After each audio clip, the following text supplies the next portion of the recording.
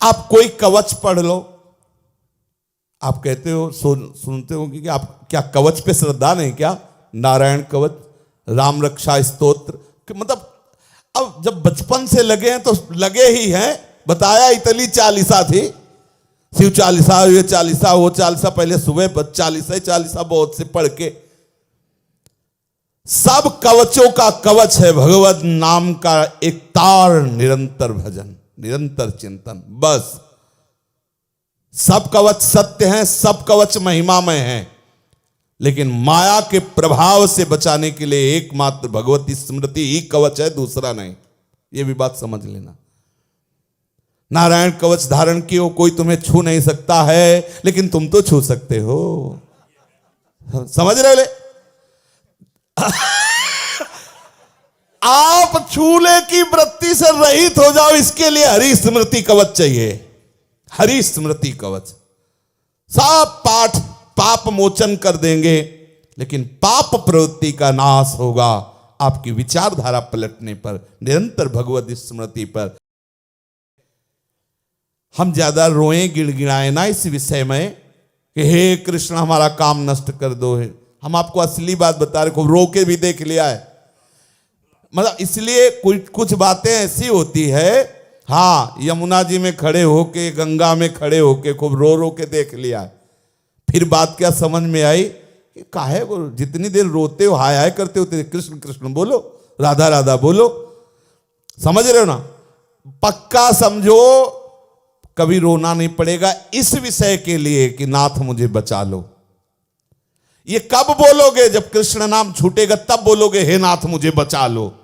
अगर कृष्ण कृष्ण चल रहा है तो ये बोलने का अवसर आपको नहीं मिलेगा कि हे नाथ मुझे बचा लो। ये अंदर की बात आपको कह रहा हूं, बिल्कुल उसे खूब अच्छे से पढ़ा हुआ समझा हुआ विषय अंदर का। जब हम भजन छोड़ते, जब हम नाम छोड़ते हैं, तभी कोई न कोई ऐसी कमी हमें परास्त करती है, हमें फिर पुकारना पड़ता है नाथ मुझे बचा लो। जो महापुरुष जन है कि आपको पुकारने की भी जरूरत नहीं है, प्रभु से आर्तभाव होकर पुकारने की भी जरूरत नहीं, वो जानते हो इसी बात का अनुभव किया। जहां भगवान नाम चल रहा होता है वहां फिर अन्य किसी आर्त के लिए या किसी जिज्ञासा के लिए या किसी संपत्ति आदि की प्राप्ति के लिए इनकी तरफ देखना नहीं पड़ता। सारा वैभव, सारी सामर्थ्य उसके चरण चूमती है। अभी सुना आपने, बाहरी और भीतरी कोई भी विकार उसे परास्त नहीं कर सकता। तो आर्तभाव होगा इस बात के लिए कि मेरी रक्षा करो। पीछे सुना जो मुरारी किसी चरणों का आश्रय ले लेता, साम्राज्य लक्ष्मी उसके चरणों को चूमती है। श्री कृष्ण चरण आश्रित किसी वैभव के लिए आकांक्षा करे, हमारी निरंतरता में कमी ही हमारी परास्त होने की वृत्ति है। वो हमारे पास है, कोई हमें परास्त नहीं कर सकता।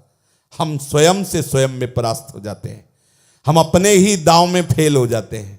बैठाल लो हृदय में, बैठालने की बात कह रहे नहीं, ये प्रश्न आपके हृदय में कई बार उठेगा और हो सकता है वो आपकी आस्तिकता की धरा को हिला दे कि इतना पाठ करता हूं, इतना भजन, और ईमानदारी से करता है, ऐसा नहीं साधक।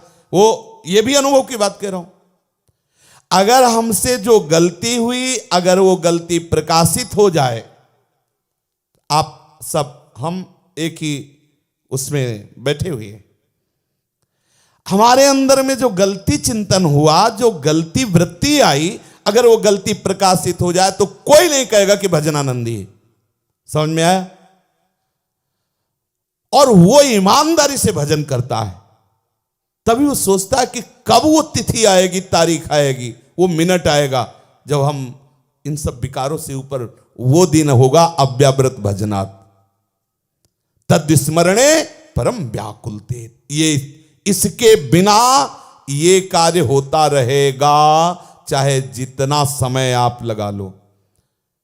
बिल्कुल फाइनल की बात समझ लीजिए। इसमें आज मतलब आपके प्रोत्साहन की बात नहीं कह रहा, बिल्कुल हृदय खोल के, हम हृदय पढ़ के आपको बात बता रहे हैं।